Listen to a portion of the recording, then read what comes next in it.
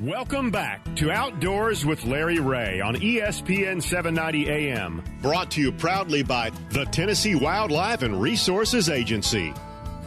Hey, good Saturday morning. Welcome to Outdoors with Larry Ray. And hello, all you good folks here, not on the Memphis area, but Brownsville and Jackson, Tennessee, as we talk outdoors every Saturday morning for 90 minutes, the fastest 90 minutes in outdoor radio programming, as we head toward our 23rd year on the air. Shelby McCall is our show producer, and our co-host on this third Saturday of January is Frank Barton and John Gordon. And we're talking waterfowl on today's show, and kind of worked into the conversation was a Facebook message I got recently from a gentleman who explained to me about a story I wrote about his son a long time ago. His son killed a double-banded duck, and I looked it up in the Commercial Appeal archives, and I'll be if that wasn't the last Sunday that I wrote for the paper before I retired, and I looked up there, and there it was. I just couldn't believe that I was getting this story about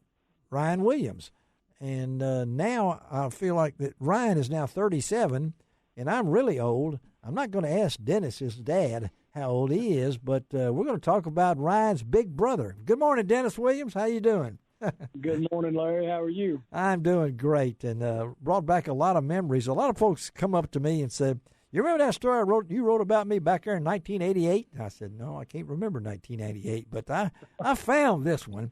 So it kind of adds to me. So tell our listeners, Dennis, what happened recently with your oldest son, Heath. What happened? Well, the oldest son was hunting he has some property out in the Forest City area. Uh-huh. And he, of course, again, I wasn't with him. Like Ryan, I wasn't with him. You weren't with Ryan either? Okay. Yeah. I hadn't been with either one of them. They go hunting a lot more than I am invited. They're a lot better shots than I am. Okay. But anyway, so he calls me up and says, "You're not going to believe this, but I shot another double-banded duck like the one Ryan got." My goodness. He sent me a picture, but this was one that was I think he said it came from Saskatchewan. It was 5 years old. Yeah. And the second band, I don't remember the first band. Actually, I'm looking at the duck over here. Yeah. The double-banded bird that Heath shot, the most recent one, it had a reward band on it. Ah, yeah. $100. So yeah. I don't know if it really counts as a double-banded bird. Evidently, it's not like the one that Ryan had, because I think the one Ryan had was banded by mistake. I think we finally determined that. Yeah, I read my story, and the one that Ryan killed was banded in Minnesota, and then about 70 miles away it was banded again and became, as I wrote about, an inadvertent duck. And I thought, wow. And, of course, Ryan at that time was at Christian Brothers High School, played football at Christian Brothers High School, and Heath was along on that trip. You weren't, and another friend was, and they were, it said, between Shelby Forest and Harbortown for that one.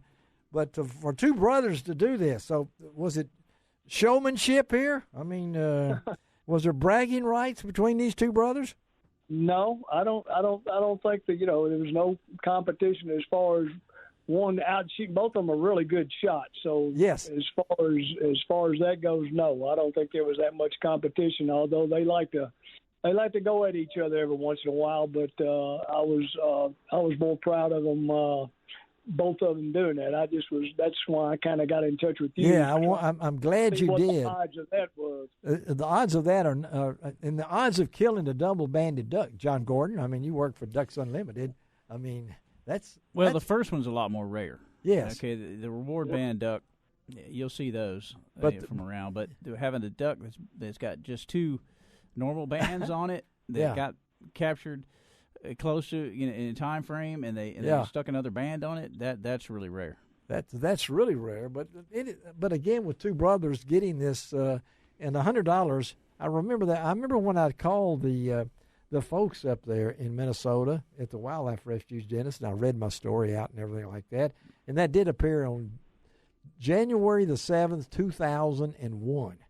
So I remember that Heath had killed.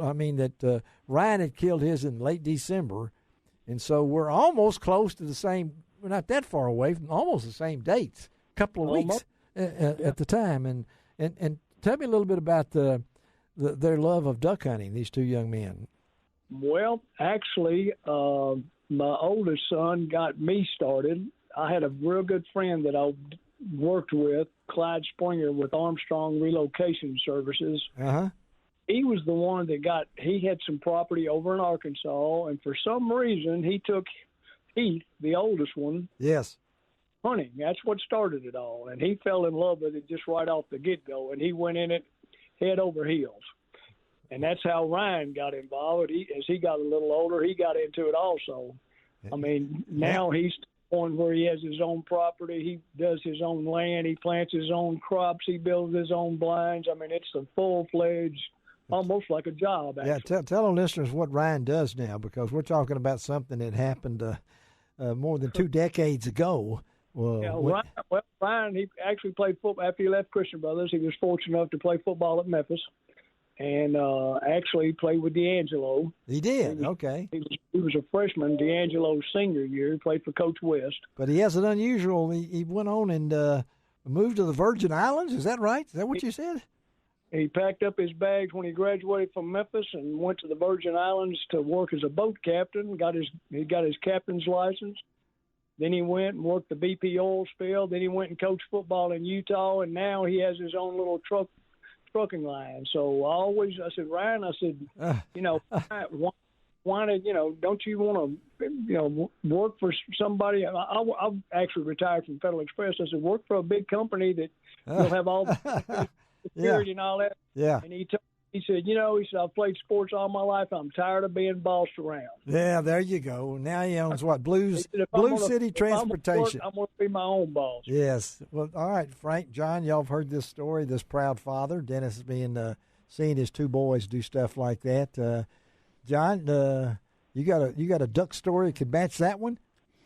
I don't know if it'll match that one, Larry, but you asked me about how many ducks that I had shot that were banded, and that's only one. Yes. But it's a pretty cool story. Well, tell Dennis don't mind. He'd like to hear it. Yeah. It's it was, oh man, let's see. It had to have been. It was the early '90s. Okay. I had gone back to Texas after I'd graduated from Mississippi State, and I was working out there. But this coming last weekend of duck season, historically, I've spent that at my buddy Todd Oglesby's farm. South of Greenville near Lake Washington. Yeah. And we got a big gathering of guys going to be there this year too. All of us that went to college together. Yeah.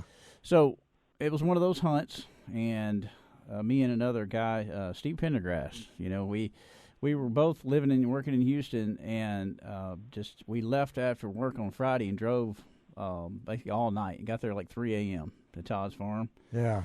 And went out. Todd said, "Well, I got a bunch of birds that are roosting an old oxbow over here." Yeah. And so, we can go in there and see what happens, kind of deal. Well, yeah, it was full of ducks, and it was mallards primarily, and they were already in there. So, me and one of my other buddies, Dan Furs, who lives here in Germantown, he doesn't really hunt, so he just went with me down there to the shore. And I had a dog lab at that point. And so, first light came, and this whole melee of ducks is going on, and I shoot a mallard drake, and it drops, and she's coming back with it, but she's got it by its back, so I can't see its legs at all. Yeah. And so there was other ducks flying around. So basically, what I did, she came to me, and I took it, and I tossed it on the shore. So I never saw the band at that point. Oh, I didn't know I had one on it, right? Yeah. So, yeah. I go down the shore with her to help Todd and one of our other buddies down there pick up a couple of birds that were out there. Dan, meanwhile, is taking my duck back up to the truck. Your duck, where the other guys were. Yeah, right? You sure it was your duck? And they're like, well, and he is asking them, say, hey, where are y'all duck from? And they're like, what are you talking about? And so, well, this one that John kill's got this little silver tag on its leg right here. So they knew about it long before I did. There you go. And I came rolling back up, and to this day, it's only banded duck I shot, Drake mallard. That once again, it was in Saskatchewan, where it was banded. So you get a lot of those lot of those birds from that region make it all the way down here. Yeah. So the duck, the banded duck that Heath killed was from where again, Dennis? Where? I think he said that one was from Saskatchewan. I think he told me earlier this morning, but I can't remember where he said. Well, they can make a lot of journey, and Frank's got three. He was 5 years old. I do remember him saying that. Oh, he's 5 years. And Frank, you're 3 bands, so have you checked to see where most of them came from? No, yes, I did, but I can't remember it now. Well, guarantee you, because I know where mine came from. But well, Dennis, we appreciate you doing this. I think it's a great story, folks. And the only part was Dennis wasn't there, but at the same time, these two brothers can share with each other, and we appreciate you letting me know about that, Dennis. Made my day. Okay. I appreciate you taking the time to let me tell it. All right, buddy. Have a great weekend. Thanks a lot, Dennis. Okay? Thank you. Mm-hmm. Dennis Williams, proud father there. And I think that's one of the things about duck hunting. We've talked about how bad things are and inconsistent, and nobody has used the word G-O-O-D. I'm not going to say it. I'm going to spell it out. But memories, yeah. Frank, that's right. Memories. Memories. And, John, the same way with you, you know. I could tell a story about me and gray-headed guy over there that a duck hunting trip that we went to. We had to dodge ice all the way till we got to Halls, Tennessee, to herd at the Taj Mahal. It was 30. They kept getting colder and colder as we went up Highway 51. And the time we got to 51 was about an hour late. They were all mad at us because we were late. But you can't be late to duck hunting, Larry. Well, it's like ice, man. The road, the road was icy. Okay. But it's a memory we made, right? Yeah. It was I would have left you there. It was the best breakfast I've ever had. Okay.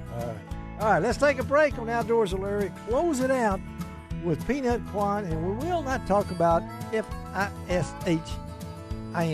We'll be right back.